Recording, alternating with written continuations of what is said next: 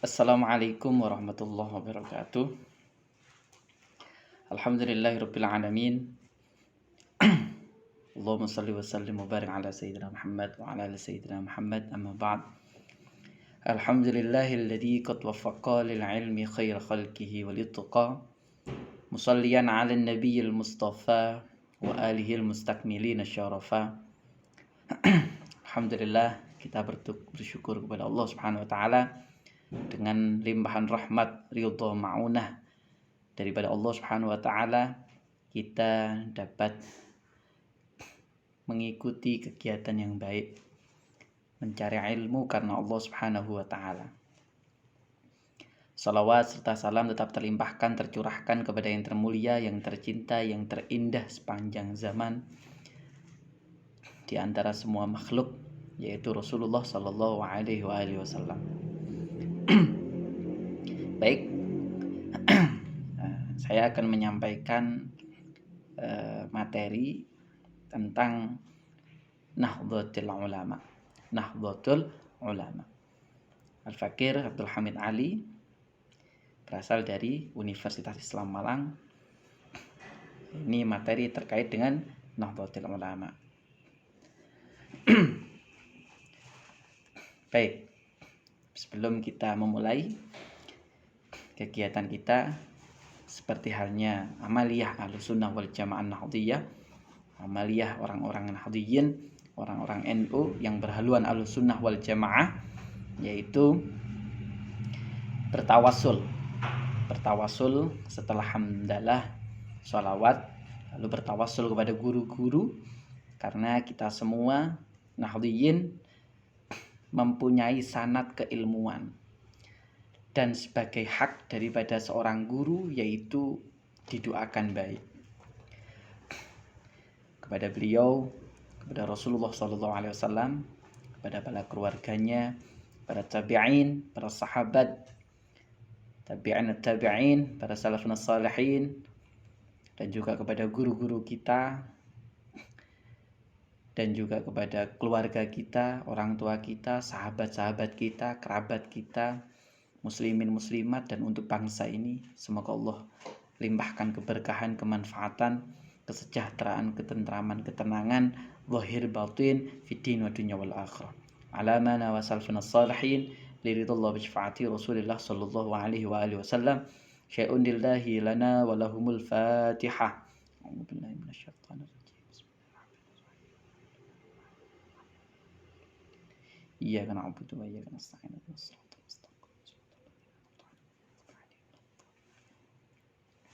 Baik, selanjutnya, mengapa harus Nahdlatul Ulama? Ini pertanyaan yang terkadang menggelitik begitu ya. Mengapa sih harus NU begitu? Nah, ini jawabannya di sini.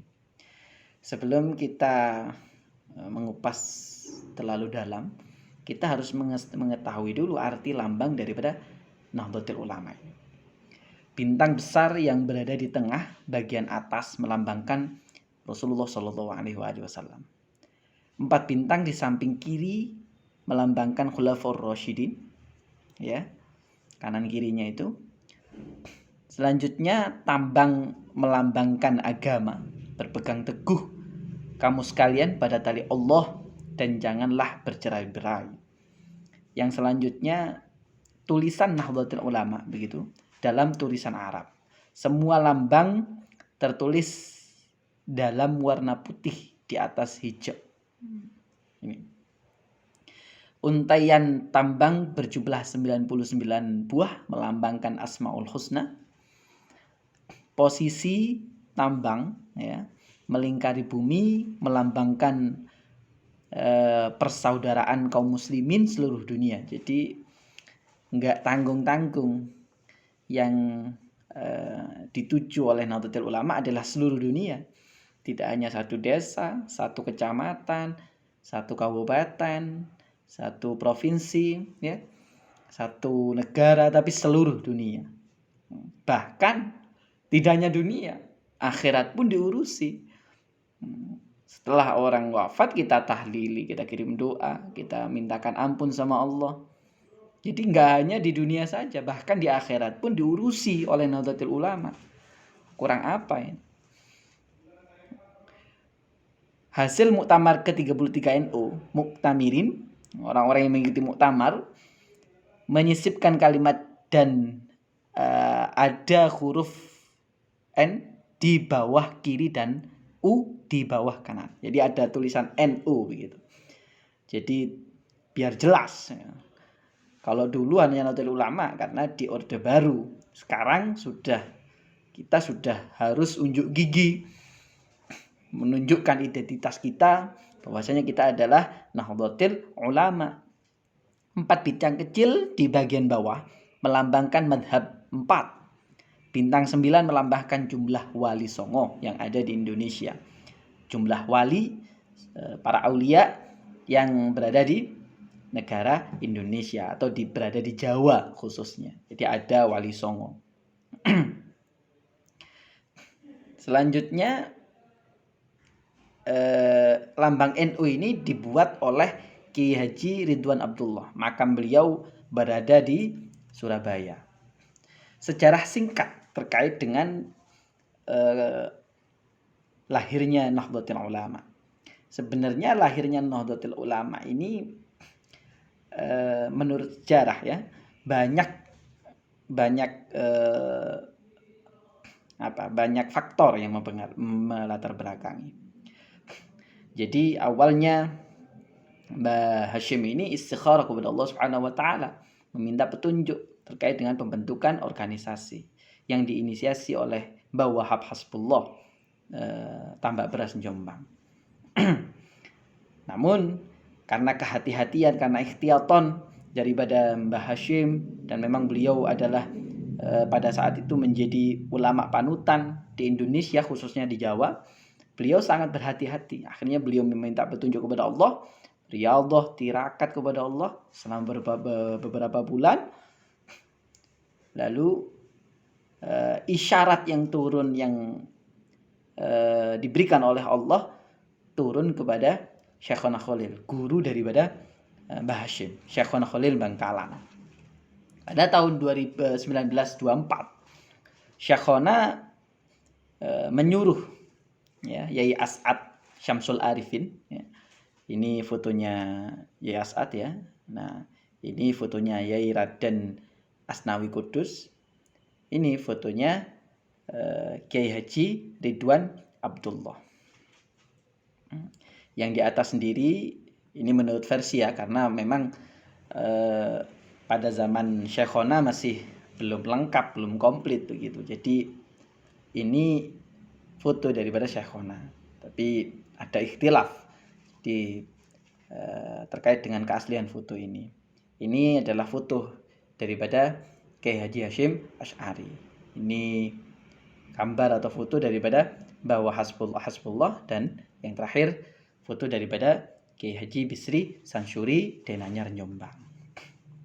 Jadi isyarat yang diberikan oleh Mbah Hashim, yaitu Mbah Hashim meminta Yai As'ad Syamsul Arifin yang pada waktu itu menjadi seorang santri ya, nyantri ke Mbah Hashim. Beliau diminta untuk membawa tongkat dan menyampaikan surat Toha tentang mukjizat Nabi Musa kepada Mbah Hashim. Nah, setelah itu beliau juga diminta memberikan tasbih. Namun tasbih tadi dengan cara dikalungkan kepada Yai As'ad, dan Yai As'ad berangkat menuju Tebu Ireng untuk menyampaikan tasbih tadi kepada Mbah Hashim. Namun Yai As'ad selama perjalanan tidak sedikit pun memegang tasbih tersebut karena ta'zim kepada Syekhona, dan juga langsung meminta atau memohon kepada Mbah Hashim mengambil sendiri tasbih yang dikalungkan oleh Syekhona ke leher beliau. Bukan karena su'ul adab, tapi karena menghormati pesan daripada gurunya untuk langsung menyampaikan tasbih tersebut kepada Mbah Hashim. Mbah Hashim bertanya, apakah ada pesan daripada Syekhona? Yai As'ad menyampaikan hanya 2 kalimat daripada Asmaul Husna, yaitu ya Jabbar, ya Qahhar. Oleh karena itu, karena dua isyarat tadi, akhirnya Mbah Hashim mantap untuk mendirikan jamaiyah yang namanya Jamaiyah Nahdlatul Ulama. Pendirian NU tidak hanya bersifat lahir tapi juga batin. Karena apa? Melewati beberapa proses panjang. Tirakat, riyadhah ya, istikharah. Istikharahnya Mbah Hashim nggak hanya tidur mimpi terus ditafsirkan, bukan begitu. Ada baca doa ya, baca sholawat, puasa, menjauhi maksiat, waro dan sebagainya, dalailan. Jadi nggak serta merta langsung enak saja begitu. Pendirian melewati beberapa proses panjang baik spiritual ataupun formal. Di sisi lain bahwa Hasbullah juga menginisiasi terkait dengan pendirian secara formal layaknya organisasi-organisasi yang lain. Sebelumnya beberapa organisasi yang mendahului yang akan menjadi embrio daripada Nahdlatul Ulama sendiri adalah Taswirul Afkar atau Kawah Candra di Muka Pemikiran pada 1914. Yang selanjutnya juga ada Nahdlatul Wathon, Kebangkitan Tanah Air pada 1916. Yang terakhir Nahdlatul Tujjar atau Kebangkitan Saudagar pada 1918. Semua itu adalah menjadi embrio cikal bakal dari berdirinya Jamaiyah organisasi Nahdlatul Ulama atau perkumpulan begitu, Nahdlatul Ulama. Kelahiran Nahdlatul Ulama ini ada kisah yang melatar belakanginya, yaitu Komite Hijaz. Komite Hijaz ini dibentuk karena untuk mengajukan keberatan kepada pemerintah Saudi Arabia pada saat itu, yang mencetuskan atau yang memutuskan akan menggusur, akan menghilangkan makam daripada Rasulullah SAW dan tidak membebaskan madhab lain untuk dipergunakan atau diamalkan di wilayah Mekah. Nah, itu lalu para ulama-ulama Muslim, khususnya pesantren, mengajukan keberatan. Yang akhirnya mereka membentuk Komite Hijaz, berkumpul di Surabaya. Ya. Lalu para ulama-ulama diundang dari seluruh penjuru Nusantara, Indonesia, yang kemudian membentuk yang namanya Komite Hijaz, yang diketuai oleh Kiai Haji Raden Asnawi Kudus. Namun, Komite Hijaz ini bingung.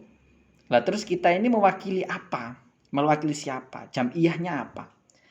Akhirnya dibentuklah pada saat itu juga pencetus, namanya adalah Kiai Haji Mas Alwi bin Abdul Aziz. Beliau mencetuskan nama Nahdlatul Ulama sebagai jam'iyahnya, sebagai perwakilan daripada Komite Hijaz ini. Nah, yang menciptakan lambang NU ini adalah Kiai Haji Ridwan Abdullah. Lahirlah NU pada tanggal 16 Rajab 1344 Hijriah yang bertepatan dengan 31 Januari 1926 Masehi. Nahdlatul Ulama. Nahdlah kebangkitan ulama. Nahdlatul Ulama adalah kebangkitan ulama, kebangkitan cendekiawan Islam, khususnya di pesantren-pesantren. Disingkat menjadi NU, ya. Adalah sebuah organisasi Islam terbesar di Indonesia yang menganut ajaran Ahlus Sunnah wal Jamaah.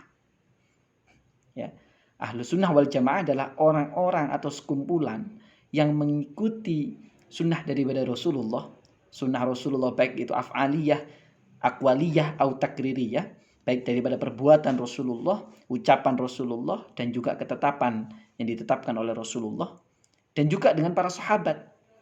Jadi nggak hanya ikut sunnah saja, namun juga ijma' atau putusan-putusan, konsensus daripada para sahabat dan para tabi'in. Nahdlatul Ulama sebagai badan hukum perkumpulan bergerak dalam bidang keagamaan, pendidikan, sosial, dan ekonomi. Dalam kehidupan berbangsa dan bernegara di Indonesia, Nahdlatul Ulama berasas kepada Pancasila dan Undang-Undang Dasar 1945. Jadi Nahdlatul Ulama ini mengikuti politik kebangsaan, yaitu yang berasas pada Pancasila dan Undang-Undang Dasar. Ini yang harus digarisbawahi oleh para Nahdliyin, bahwa selain kita menjadi umat Islam, kita di sini sebagai warga negara yang baik harus menjunjung tinggi dan harus membela NKRI. Menurut resolusi jihad yang ditetapkan oleh yang difatwakan oleh Hadratus Syekh, NKRI harga mati. Hubbul watan minal iman. Karena mencintai atau membela tanah air adalah sebagian daripada iman. Itu yang dipercayai oleh para Nahdliyin dan harus dibela mati-matian sampai darah penghabisan. Yang sudah pernah tahu Yalal Waton, ya disitulah syair-syair dan gubah-gubah untuk menggugah semangat dalam menjadi warga negara Indonesia yang baik. Kita akan membela tanah air kita sekuat apapun sampai darah penghabisan, ya. Kenapa sekarang harus berorganisasi? Agar berada dalam barisan yang rapi dan bersaf-saf. Innallaha yuhibbul ladzina yuqatiluna fi sabilihi saffan ka'annahum bunyan marsus. Kebenaran yang tidak terorganisir akan dikalahkan oleh kebatilan yang terorganisir. Alaikum bifirqah ahlussunnah wal jamaah najiyah wa alaikum bisawadil a'zam. Jadi untuk memperkuat begitu. Percuma kalau ada kebaikan yang tidak terorganisir, akan bercerai-berai. Kebatilan yang diorganisir, yang tersusun dengan baik, dia akan menang. Dan itu nggak boleh dibiarkan. Oleh karenanya kita harus berorganisasi yang baik. Karena sekarang bertempat di Indonesia, dan Indonesia adalah negara hukum, kita harus mengikuti aturan dari pemerintah dengan baik. Mendaftarkan organisasi kita. Dan juga menempatkan organisasi kita selaras dengan Pancasila, yaitu ideologi Negara Kesatuan Republik Indonesia. Nah, di dalam NU itu kita menjunjung tinggi yang namanya jalur keilmuan sanad. Ya. Kalau enggak repot, karena kita tidak belajar dari Google. Kita tidak belajar dari YouTube. Kita belajar dari seorang kiai yang beliau belajar kepada kiainya, kiainya terus kepada kiainya, terus kepada gurunya, gurunya terus kepada gurunya, terus kepada Rasulullah SAW. Jadi pemikirannya, pengertiannya, pemahamannya itu bukan tekstual saja, tapi juga kontekstual dan juga bijaksana. Al-muhafadzah ala qadimis salih wal akhdhu bil jadidil aslah. Yaitu kita tetap menjaga tradisi-tradisi yang baik dan juga menerima inovasi-inovasi yang baru. Itu yang harus kita pegang. Jadi kita tidak keluar daripada jalur Rasulullah Sallallahu Alaihi Wasallam. Kita tidak keluar daripada jalur sahabat, para tabi'in yang bagus-bagus, para salaf. Karena apa? Kita memegang teguh yang namanya sanad keilmuan. Dan Mbah Hashim sebagai pendiri daripada Nahdlatul Ulama, beliau memiliki sanad keilmuan yang jelas kepada Rasulullah SAW. Dari Rasulullah, Ali bin Abi Thalib, Muhammad bin Ali bin Abi Thalib, Wasil bin Atta, Amr bin Ubaid, Ibrahim An-Nadhar, terus sampai Abu Hamid Muhammad bin Muhammad Al-Ghazali. Terus Abdul Karim Asy-Syahristani, terus sampai Syekh Mahfud At-Tarmasi, ya. Yang terakhir yaitu beliau Mbah Hashim Asy'ari, dan sampai sekarang ini.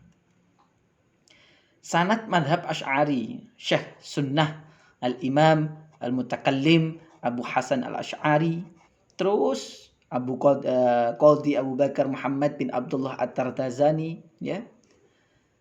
Terus kepada Syamsuddin Muhammad bin Muhammad Ad-Dafari Asy-Syafi'i, sampai Sayyid Abu Bakar Uthman bin Muhammad Syata' Ad-Dimyati Al-Husaini Asy-Syafi'i, kemudian kepada Syekh Muhammad Mahfud bin Abdullah At-Tarmasi, yang terakhir menuju kepada Syekh Muhammad Hashim Asy'ari.